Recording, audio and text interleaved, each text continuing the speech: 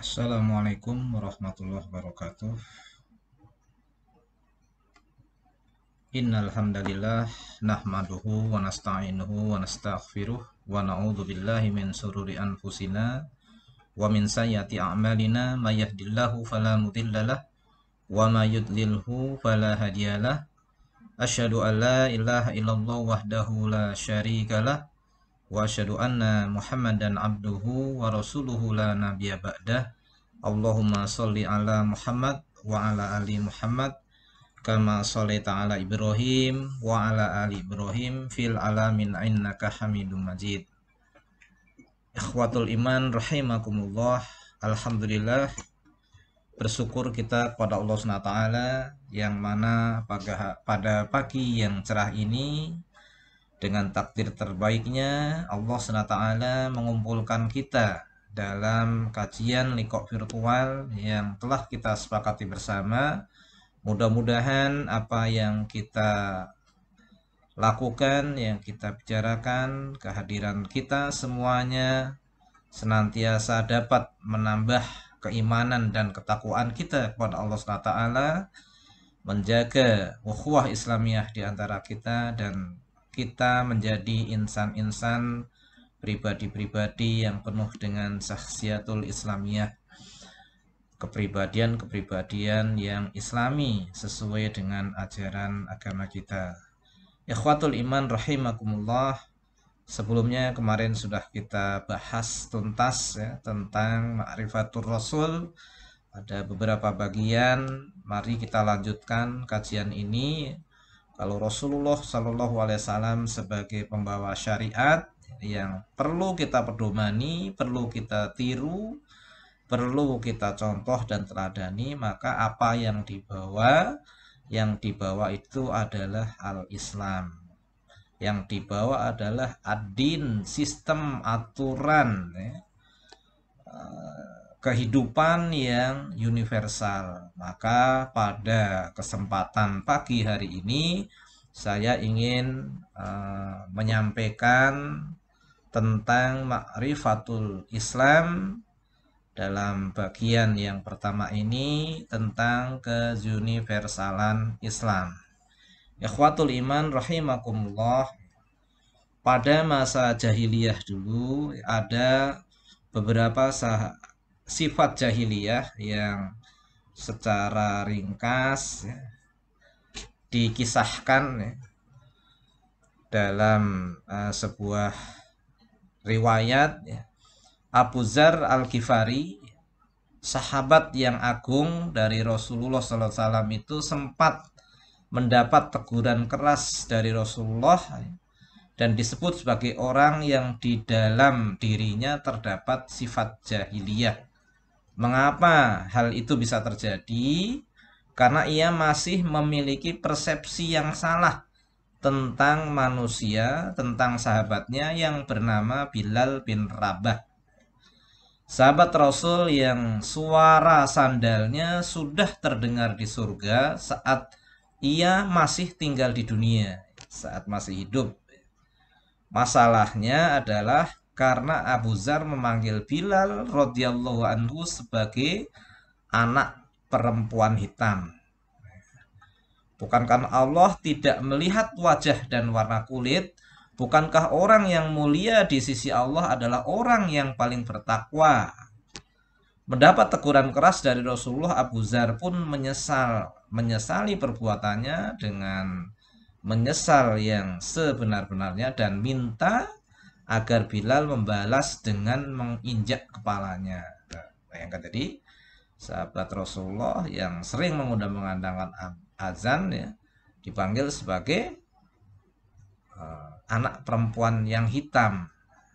Padahal Allah SWT tidak melihat wajahmu, tidak melihat warna kulitmu, tidak melihat kedudukanmu, tidak melihat ekonomimu, tidak melihat keluargamu, tapi Allah adalah melihat takwamu. Kemudian dari Ibnu Qayyim radhiyallahu anhu menuturkan bahwa yang pertama kali muncul adalah lintasan-lintasan pikiran. Jadi apapun itu, awalnya adalah dari ide, awalnya dari lintasan pemikiran.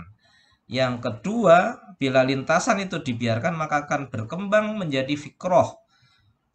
Berikutnya, bila fikroh dibiarkan maka akan berkembang menjadi niat. Jika niat dibiarkan berkembang menjadi tekad, tekad menjelma menjadi sebuah perbuatan. Bila dibiarkan maka perbuatan ini akan menjadi kebiasaan. Kebiasaan lama-lama akan menjadi karakter, yang pada akhirnya karakter itulah yang menjadi budaya. Jadi kalau al-Islam ini ya, awalnya dari karakter-karakter Islam ini terpupuk ya dari lintasan pemikiran, menjadi fikroh, menjadi niat, menjadi tekad, menjadi perbuatan, menjadi kebiasaan, menjadi karakter, menjadi budaya. Kalau sudah menjadi budaya, maka nilai-nilai Islam ini akan otomatis berjalan dengan sendirinya pada diri kita dan di tengah-tengah masyarakat kita. Universal Islam ini ya, Islam ini merupakan pedoman hidup yang universal yang mencakup segala aspek kehidupan manusia dalam semua dimensi, baik itu waktu, tempat, maupun sisi kehidupan manusia. Yang pertama mencakup di seluruh dimensi waktu. Artinya apa? Bahwa Islam bukanlah suatu agama yang diperuntukkan untuk umat manusia pada masa kurun waktu tertentu, sebagaimana syariat para nabi dan rasul yang terdahulu. Namun, Islam merupakan pedoman hidup yang abadi hingga akhir zaman. Allah SWT berfirman di dalam surat 21 ayat 107, "Wa ma arsalnaka illa rahmatan lil alamin." Dan tiadalah kami mengutus kamu melainkan untuk menjadi rahmat bagi semesta alam. Kalau agama-agama terdahulu, nabi-nabi terdahulu diutus ya pada kurun waktu yang tertentu. Ya, Nabi Daud ya pada masa Daud, nabi ajarannya. Setelahnya nggak berlaku lagi. Nabi Nuh, setelah Nabi Nuh nggak berlaku lagi. Tapi al-Islam, Nabi Muhammad mengajarkan dari ketika Rasulullah SAW diutus sampai akhir zaman secara waktu. Dan dari sisi dimensi yang lebih luas bagi seluruh alam semesta ini. Kemudian rahmat bagi semesta alam ini artinya bahwa bagi seluruh makhluk yang ada di bumi ini sepanjang masa Rasulullah SAW sendiri diutus sebagai nabi dan rasul terakhir yang ada di muka bumi, yang menyempurnakan syariat-syariat nabi terdahulu, atau yang menyempurnakan sebagaimana firman Allah dalam surat 33 ayat 40, A'udzubillahi minasyaitonirrajim. Bismillahirrahmanirrahim. Ma kana Muhammadun aba ahadin mir rijalikum walakin Rasulullahi wa khataman nabiyyin wa kana Allahu bikulli syai'in alima. Muhammad itu sekali-kali bukanlah bapak dari seorang laki-laki di antara kamu, tetapi dia adalah Rasulullah dan penutup nabi-nabi, dan adalah Allah Maha mengetahui segala sesuatu. Nah, sebagai nabi dan rasul yang terakhir berarti tidak akan ada lagi nabi dan rasul yang lain akan menasah, yang akan menghapus syariat yang dibawa oleh Rasulullah SAW, sebagaimana yang Rasulullah lakukan terhadap syariat para nabi dan rasul yang lain. Hal ini menunjukkan bahwa risalah Nabi Muhammad SAW merupakan risalah abadi hingga akhir zaman. Jadi tidak akan ada syariat, tidak akan ada nabi setelah Rasulullah Muhammad yang akan menghapus ajaran Islam. Nggak ada. Ajaran Islam akan hidup sampai akhir zaman, sampai hari kiamat. Yang kedua, mencakup seluruh dimensi ruang. Maknanya apa? Bahwa al-Islam merupakan pedoman hidup yang tidak dibatasi oleh batasan-batasan geografis, oleh batasan-batasan teritorial, seperti hanya disyariatkan untuk suku atau bangsa tertentu, tidak ya. Namun Islam merupakan agama yang disyariatkan untuk seluruh umat manusia dengan berbagai bangsa, suku yang berbeda-beda. Sebagaimana firman-Nya di dalam surat 34 ayat 28, "Wa ma arsalnaka illa kafatan linnasi basyira wa nadhira walakinna aktsaron nasi la ya'lamun." Dan kami tidak akan mengutus kamu melainkan kepada umat manusia seluruhnya sebagai pembawa berita gembira dan sebagai pemberi peringatan, tetapi kebanyakan manusia tidak mengetahui. Dari ayat di atas, kita dapat mengambil kesimpulan bahwa Al-Quran tidak hanya diturunkan untuk orang Arab secara khusus, namun juga untuk orang Eropa, untuk orang Rusia, Asia, Cina, Afrika, dan Indonesia, orang Jawa, orang Batak, orang Sunda, seluruhnya, kulit putih, kulit hitam, kulit kuning, kulit coklat, semuanya Al-Quran diturunkan tanpa memandang warna kulit, ras, dan golongan. Nah, kemudian yang ketiga, mencakup semua sisi kehidupan manusia. Maknanya apa? Bahwa Islam merupakan pedoman hidup manusia yang mencakup seluruh aspek kehidupan manusia. Tidak hanya agama yang mengatur peribadatan saja, sebagaimana yang dipahami oleh kebanyakan manusia saat ini.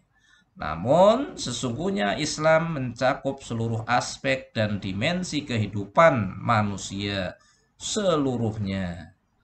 Seluruh dimensi, baik ideologi, politik, ekonomi, sosial, budaya, dan seluruh kultur kehidupan umat manusia. Yang cakupannya ada yang pertama dalam peribadahan, wa ma khalaqtul jinna wal insa illa liya'budun, dan aku tidak menciptakan jin dan manusia melainkan supaya mereka menyembahku. Quran surat 51 ayat 56. Kemudian yang kedua, akhlak atau etika atau norma budi pekerti dan sebagainya. Dalam sebuah riwayat Rasulullah SAW bersabda, an Abi Hurairah qala Rasulullah sallallahu alaihi wasallam, innama bu'istu li'atammima solihal akhlak, bahwasanya aku diutus adalah untuk menyempurnakan akhlak atau moral. Yang ketiga, tentang ekonomi, dalam bidang ekonomi. Kaila yakuna dulatan bainal aghniyai minkum, supaya harta itu jangan beredar di antara orang-orang kaya saja di antara kamu. Sehingga kita pun sebagai umat Islam harus menguasai ekonomi dunia ini. Kita menjadi orang-orang yang ghani, orang-orang yang kaya untuk menguasai harta dan diinfakkan, sehingga pemerataan itu akan terjadi ketika harta dikuasai oleh orang-orang yang mengamalkan al-Islam, oleh orang-orang Muslim. Kemudian dari sisi politik, ya ayyuhalladzina amanu la tattakhidul yahuda wan nasara awliya ba'duhum awliya'u ba'd wa may yatawallahum minkum fa innahu minhum innallaha la yahdil qaumadz zalimin. Wahai orang-orang yang beriman, janganlah kamu mengambil orang-orang Yahudi dan Nasrani menjadi pemimpin-pemimpinmu, sebagaimana mereka adalah memimpin bagi sebagian yang lain. Barang siapa di antara kamu mengambil mereka menjadi pemimpin, maka sesungguhnya orang-orang itu termasuk golongan mereka. Sesungguhnya Allah tidak memberi petunjuk kepada orang-orang yang zalim. Quran surat 5 ayat 51. Ini yang mendasari kita untuk memilih pemimpin orang-orang yang beriman dengan meninggalkan orang-orang yang tidak beriman. Karena orang-orang beriman ya akan bekerja sama dengan orang-orang beriman, orang-orang yang mereka ya, orang-orang yang tidak beriman juga akan bekerja sama pada orang-orang yang tidak beriman. Inilah ayat yang mewajibkan kita untuk memilih pemimpin dari orang-orang muslim, orang-orang yang beriman. Kemudian yang berikutnya di bidang sosial, Allah SWT berfirman dalam surat 5 ayat 2, wa ta'awanu 'alal birri wat taqwa wa la ta'awanu 'alal ismi wal 'udwan, dan tolong menolonglah kalian dalam kebaikan dan ketakwaan, dan janganlah kalian tolong menolong dalam perbuatan dosa dan permusuhan. Ini dari sisi aspek sosial, kegotong royongan, tolong menolong dalam kebajikan dan ketakwaan. Bukan sebaliknya dalam perbuatan dosa dan permusuhan. Maka kita sama muslim, kita sama dengan tetangga, sama manusia, kita untuk saling berangkulan, saling bertoleransi, saling tolong menolong, saling berkasih sayang, saling bekerja sama dalam kehidupan ini, bukan malah saling bermusuhan dan berbuat dosa. Kemudian yang berikutnya di bidang pendidikan, wa idh qala Luqmanu libnihi wa huwa ya'iduhu ya bunayya la tusyrik billah inna syirka la dzulmun adzim. Dan ingatlah ketika Luqman berkata kepada anaknya di waktu ia memberi pelajaran kepadanya, wahai anakku, la tusyrik billah, janganlah mempersekutukan Allah. Sesungguhnya mempersekutukan Allah adalah benar-benar kezaliman yang besar.